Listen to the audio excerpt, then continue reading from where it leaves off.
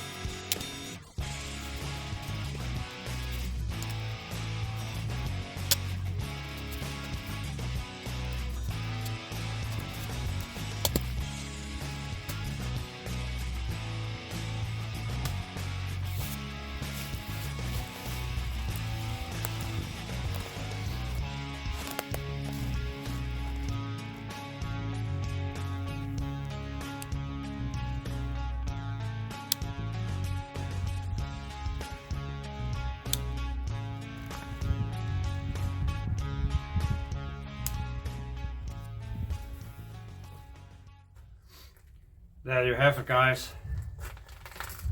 A little bit of testing on these 3 awesome blades here from Cold Steel. I will say this one here is a little bit out of justice, the SR1, because this has been a long time since I have sharpened this up, and you can also see that when I cut some rope, but it's pretty okay. But the conclusion of it, guys, if you want my opinion, I know if you can say like this is number 1, this is number 2, and this is number 3. And a quick explain, guys, I know this is a thinner blade, and of course when I was spray drying with this, I was a little bit more cautious with this knife here. Example, if I were in this SR1 lite 10 point here, because it has so much fatter tip. But as you see, I could spray dry with this. This is a better slicer. It sits better in the hand. It fits better in the pants. It's lighter. And yeah, almost every task I do, also with the stabbing test against the newspaper and this plastic plate there, this was the only knife that went through, and that's because these tips here are too fat. So if you're looking for stabbing ability, this is better, and that's also why many of the law enforcement and military use this knife here.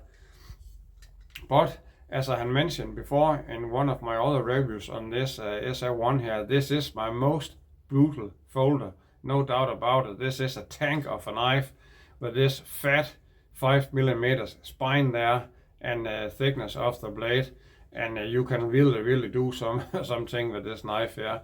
But for everyday carry and for what can you say, yeah, almost anything, self-defense, open boxes, cut some food with it, and yeah, just to wheel the knife around, and also light chopping and betoning.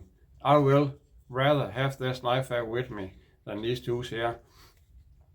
I am not the biggest fan in the world of the Tanto. I love the look of it. I really love the look of it. But when you have to cut something, I know you have this secondary edge there, but this is much easier for me when you have this normal shape of blade here with the belly on, I think. So yeah, but you cannot either go wrong with any of these knives here, guys. I think this was funny to test them, and this has also been a while since I have these knife out here. So I think that was a good opportunity when the snow is gone now and make some review and test on them. There are tons of review on these knives here on YouTube, specs and all things, so I will not go over that. But you can see here, guys, I have done some, what can you say, middle to hard test with these knives here, and they hold up. The locking mechanism is perfect in all of them, and there's no wiggle or anything in the blades, and they're not so. This one here is a little bit expensive, but the other two are not so bad. So again, for me, guys, number 1, number 2, number 3. So but that's, yeah, also many other things. That's the way it is. But really awesome blades. And if you like the Tanto version with this fat tip here, this is really a tank of a knife. And there are something more, guys, especially with these two here, because they has another handle shape, if you can say so. You know, if you follow my channel, I hate choils, but in these knives here, the choils are in the handle. So when you have to choke up with it, you put your finger there and you can do some fine work. And that's also the case with this one here. They have the choil there and you can choke up with it. And again, I have mentioned before, the reason I hate choils is because when you had to cut something, let's try to imagine this knife here have a choil. So you have to cut something and you put the knife in, and the first time you do it is no problem. When you saw again back and pull another time, 9 out of 10 times the rope or what you else will be stuck in the choil. So I'm not fan of the choil, and if you have a knife in this size here, you don't need a choil. If you need a choil in a knife in this size here, you really have to go out and work out your hands, because you don't have a workman's hands. So yeah. Okay, guys, that was a little testing and a fun one for these 3 knives here from Cold Steel. And that was the time where the Cold Steel makes some awesome folders with the triad lock, and yeah, you can almost do anything with these folders here. Of course, this is not a fixed blade. There are a big discussion, is this as strong as a fixed blade? I had also made a video who are called it was the 4 Scout, and I do very hard test with it, also with as I do with this knife here. I throw it as a spear, and you saw at the video here, it's not so hard with the knife when you throw it and the stick into the wood. This is not the problem for a knife. Of course, if you have a weak mechanism, you can ruin the knife. But when it's hard with the knife is when you miss, and you maybe hit it like this, and it will fall down and hit the ground and hit some stones, and yeah, what else you can hit. This is hard with the knife. So you can say when you hit your target, this is not the biggest problem. This is not when you miss. So, and also I miss a lot of I could not remember exactly what the SR1 here. I don't know why this was the easiest for me to throw. and I am an okay knife thrower. So, but the other two there were not so, and especially the 10 version.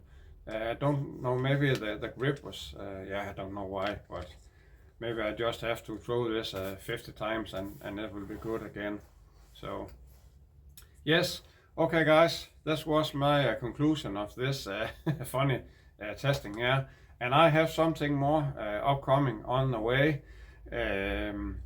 I have been away from Tops knife for a while because I don't think they have made something that caught my eye. And also there were so many other companies out there who make something awesome and beautiful, and I have to try that out first. But there are Tops knife coming, and I can't wait to make a review on this knife, and that's a big one, guys, I promise you. So yeah, I only have one thing more to say. Don't go hiking. Go hiking!